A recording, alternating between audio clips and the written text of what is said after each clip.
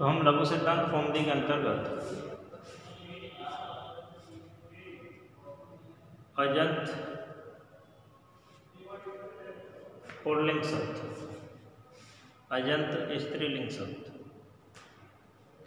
अजंत नपुंसकलिंग शब्द की रूप सिद्धियां और उनके योग में प्रयुक्त होने वाले सूत्रों के विषय में पढ़ चुके हैं। हलंत प्रकरण के अंतर्गत हम युष्मत और अस्मत दकारांत समान लिंगी शब्दों की रूप सिद्धियां और उनमें प्रयुक्त होने वाले सूत्रों का अध्ययन कर रहे हैं। तो अभी तक हम पिछले अध्याय तक युष्मत और अस्मत शब्द की चतुर्थी विभक्ति बहुवचन तक के रूप सिद्धियां और उनके लिए प्रयुक्त होने वाले सूत्रों की व्याख्याएं पढ़ चुके हैं। आज हम बात करेंगे पंचमी विभक्ति एक वचन किस प्रकार से सिद्ध होगा। पंचमी विभक्ति द्विवचन तृतीय विभक्ति द्विवचन की तरह ही सिद्ध होगा, इसलिए उसे पढ़ने की आवश्यकता नहीं। तृतीय विभक्ति द्विवचन और चतुर्थी विभक्ति द्विवचन की तरह ही पंचमी विभक्ति द्विवचन का रूप भी सिद्ध हो जाएगा। तब हम पढ़ेंगे पंचमी विभक्ति बहुवचन। तो पंचमी विभक्ति एक वचन के लिए प्रयुक्त सूत्र है एक वचनस्य च, जो कि अपने आप में अपूर्ण है।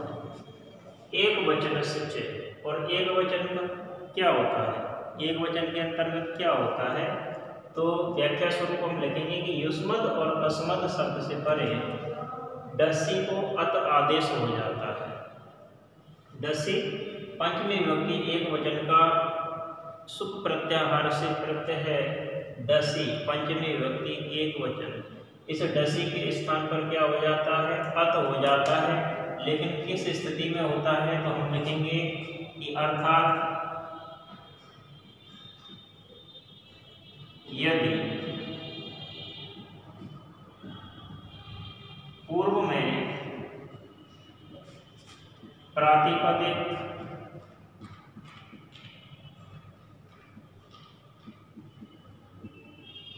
युष्मत और अस्मत शब्दों के बाद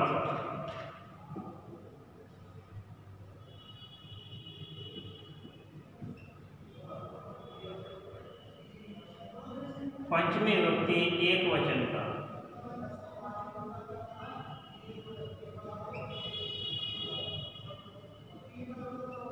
पंचमी विभक्ति एक वचन का डसी प्रत्यय हो, डसी प्रत्यय विद्यमान हो, तो इस सूत्र से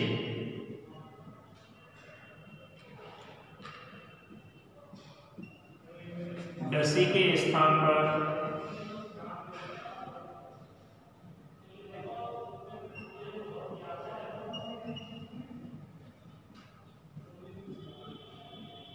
क्या हो जाएगा, अत आदेश हो जाता है।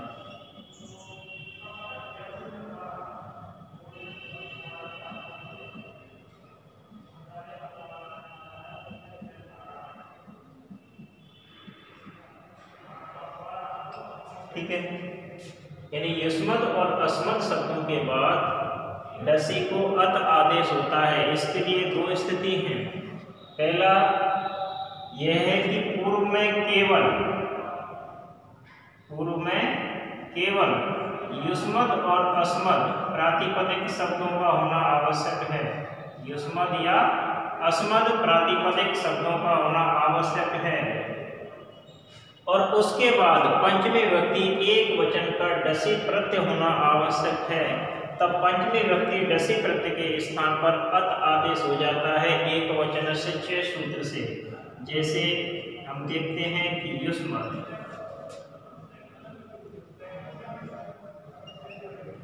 या अस्मत और इनके पश्चात है डसी प्रत्यय पंचमी विभक्ति एक वचन, तब हम क्या लिखेंगे इस स्थिति में?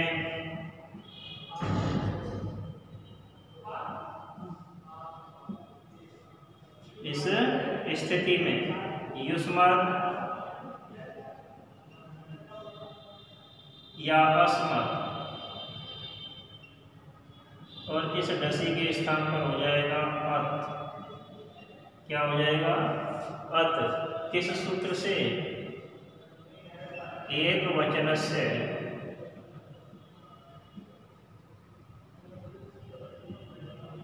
च सूत्र से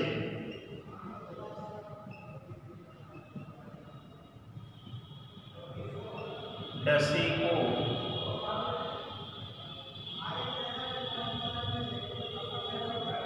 अत हो जाता है। इस प्रकार से तो देखो पंचमी विभक्ति एक वचन का रूप भी क्या होता है? अस्मत्, मत, आवाभ्यम, अश्मत्। मत होता है। युष्मत् में क्या होता है? त्वत् या त्वत्। तो त्वत् जब सिद्ध होगा तो युष्म के स्थान पर त्वय होगा, अस्म के स्थान पर क्या होगा? मैं होगा। ठीक है, तो कहने का तात्पर्य है कि युष्मत् और अस्मत् शब्द के पश्चात यदि पंचमी विभक्ति एक वचन का डसी प्रत्यय है, तब पंचमी विभक्ति डसी प्रत्यय के स्थान पर एक वचन से सूत्र से अत आदेश हो जाता है। बाकी के जो क्रियाएं हैं, बाकी के जो कार्य हैं, वो उन्हीं पूर्व सूत्रों से होंगे जैसे अब तक हम सिद्धियां करते आ रहे हैं। अब क्रम आता है पंचमी विभक्ति द्विवचन, युवाभ्याम, आवाभ्याम। तो युवाभ्याम और आवाभ्याम तृतीय विभक्ति द्विवचन के तरह ही सिद्ध करने हैं। पंचमी विभक्ति बहुवचन, त्वतीयवाभ्याम युष्मत् और मत आवाभ्याम अस्मत्। उनके लिए हमें सूत्र प्रयुक्त होगा पंचम्या अथ। पंचम्या अथ ये सूत्र क्या करता है? जैसे हमने पढ़ा था चतुर्थी विभक्ति बहुवचन के लिए भ्यसो अभ्यम, यानी कि जब चतुर्थी विभक्ति बहुवचन का भ्यस प्रत्यय होता है तो भ्यसो अभ्यम सूत्र से क्या हो जाता है? अभ्यम हो जाता है। लेकिन पंचमी विभक्ति का जब भ्यस प्रत्यय होगा, क्योंकि पंचमी विभक्ति बहुवचन का भी कौन सा प्रत्यय है? भ्यस प्रत्यय है, जो चतुर्थी विभक्ति के समान है। लेकिन पंचमी विभक्ति का जब भ्यस प्रत्यय हमारे पास है, तब उस भ्यस के स्थान पर अभ्यम नहीं होता है, उस भ्यस के स्थान पर अत होता है पंचम्या अत सूत्र से। पंचम्या से तात्पर्य है पंचमी विभक्ति बहुवचन होने पर, अत से तात्पर्य है अत हो जाता है। तो युष्मत् और अस्मत् से परे पंचमी विभक्ति के भ्यस को अत हो जाता है, अर्थात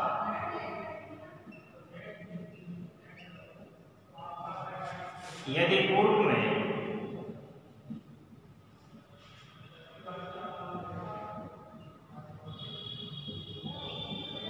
प्रातिपदिक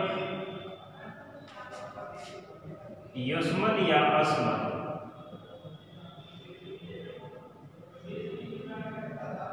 युष्मत् और अस्मत् शब्द विद्यमान है, यदि पूर्व में प्रातिपदिक युष्मत् और अस्मत् शब्द विद्यमान हैं और उसके बाद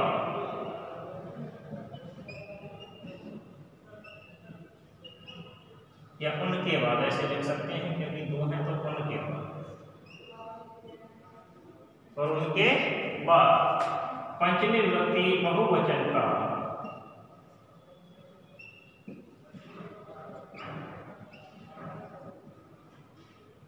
पंचमी विभक्ति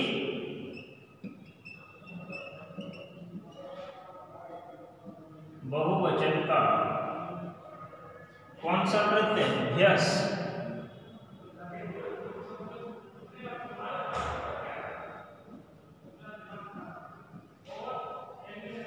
भ्यस प्रत्यय विद्यमान है, यदि पूर्व में प्रातिपदिक युष्मत और अस्मत् शब्द विद्यमान हैं और उनके बाद पंचमी विभक्ति बहुवचन का व्यस्त प्रत्यय विद्यमान है, तब इस सूत्र से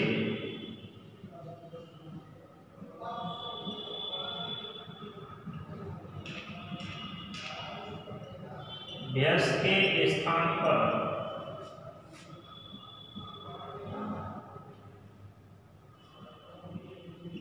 अत आदेश हो जाता है।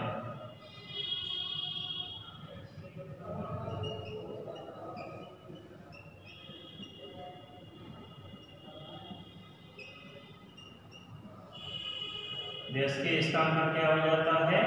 अत आदेश हो जाता है। जैसे हमारे पास है युष्मत या अस्मत्, ये पूर्व में हो गया। इसके बाद पंचमी विभक्ति का व्यस्त प्रत्यय, चतुर्थी का व्यस्त होगा तो अभ्यम हो जाएगा। चतुर्थी व्यस्त के स्थान पर क्या होता है? अभ्यम। किस सूत्र से? व्यसो अभ्यम सूत्र से। लेकिन हमें पता है कि पंचमी विभक्ति का व्यस्त प्रत्यय है, पंचमी विभक्ति बहुवचन का व्यस्त प्रत्यय है, तब क्या होगा? अत आदेश होगा पंचम्या अत सूत्र से। तो हम लिखेंगे इस स्थिति में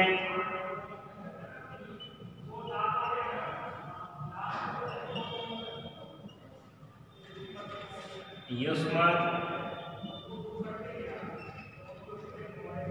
अस्मत् और इस व्यस्त के स्थान पर क्या हो जाएगा? अत।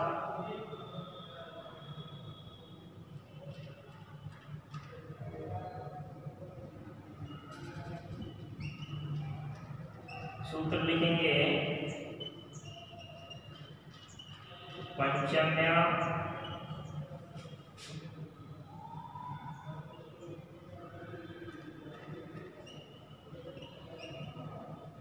अत सूत्र से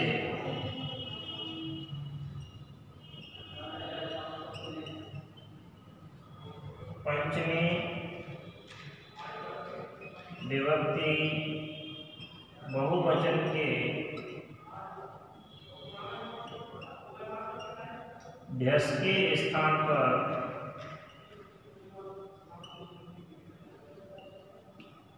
पंचमी विभक्ति बहुवचन के व्यस्त के स्थान पर अत हो जाता है।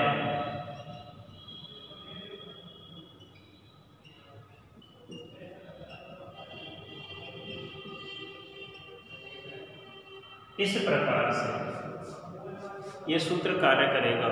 यानी कि जब पंचमी विभक्ति बहुवचन यानी युष्मत और अस्मत् शब्द से परे पंचमी के व्यस्त को अत होता है, कहने का तात्पर्य है यदि पूर्व में प्रातिपदिक युष्मत या अस्मत् शब्द विद्यमान है और उसके बाद पंचमी विभक्ति बहुवचन का व्यस्त प्रत्यय विद्यमान है, तब व्यस्त के स्थान पर अत आदेश हो जाता है पंचम्या अत सूत्र से।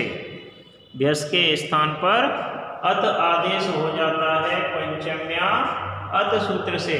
जैसे हम पढ़ते हैं कि युष्मत और अस्मत्, ठीक है, तब पंचमी विभक्ति बहुवचन का युष्मत शब्द का रूप क्या होता है? त्वत् युवाभ्याम युष्मत। क्या होता है? युष्मत। और युष्मत भी हो सकता है, ठीक है। अस्मत् में क्या होता है? मतावाभ्याम अस्मत् और असमत भी हो सकता है, ठीक है। तब इन सूत्रों को सिद्ध करने के लिए हमें किस सूत्र की आवश्यकता होगी? पंचम्या अत सूत्र की आवश्यकता होगी, क्योंकि यहाँ पे जो व्यस होगा उस व्यस के स्थान पर क्या होगा? अत आदेश होगा। क्या आदेश होगा? अत आदेश होगा, ठीक है। युष्मत से शेष क्या रहेगा? युष्म रहेगा, और युष्मत से शेष क्या रहेगा? युष्म ही रहेगा।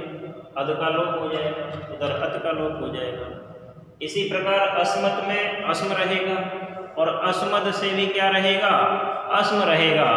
अद और अत का क्या हो जाएगा, लोप हो जाएगा।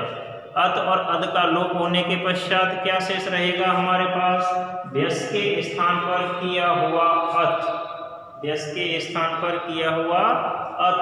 तब इस प्रकार से युष्मत्, युष्मद्, अस्मद् और अस्मत् की क्या होती है, रूप सिद्धि हमें प्राप्त होती है।